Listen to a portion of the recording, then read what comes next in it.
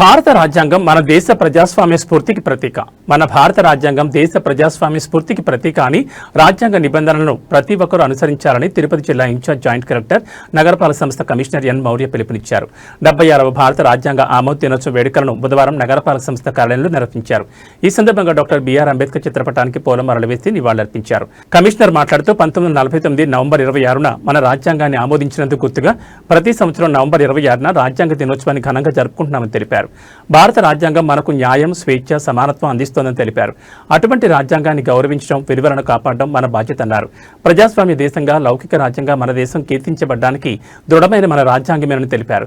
భారత రాజ్యాంగాన్ని అమలు చేస్తామని ప్రతిజ్ఞ చేశారు. ఈ కార్యక్రమంలో deputy mayor Mudranarayana, municipal engineer Gomathi, health officer doctor Yuvanvesh, revenue అధికారులు సేతు మాధవ్, రవి, ఏసీపీ మూర్తి, మధు, మేనేజర్ హసీం, డిఈలు మహేష్, లలిత, మధు, వెంకటప్రసాద్ తదితరులు పాల్గొన్నారు.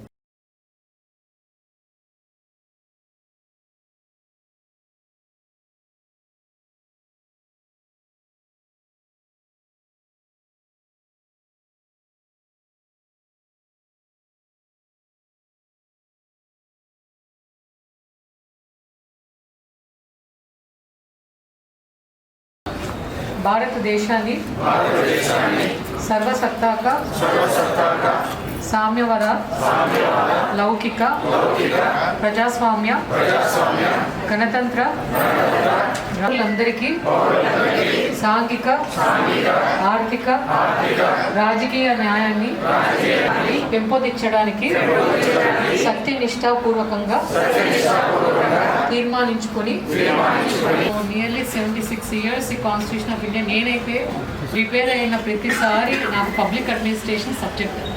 సో దీంట్లో కాన్స్టిట్యూషన్ ఆఫ్ ఇండియా ప్రియాంబుల్ అనేది ప్రతి పేరుగా ఉండాలి మన సర్వీస్లో అనేది నేను నాకెప్పుడు రిమైండ్ చేస్తూ ఉంటాను. మీరందరూ కూడా గుర్తుపెట్టుకోవాలని కోరుతున్నాను.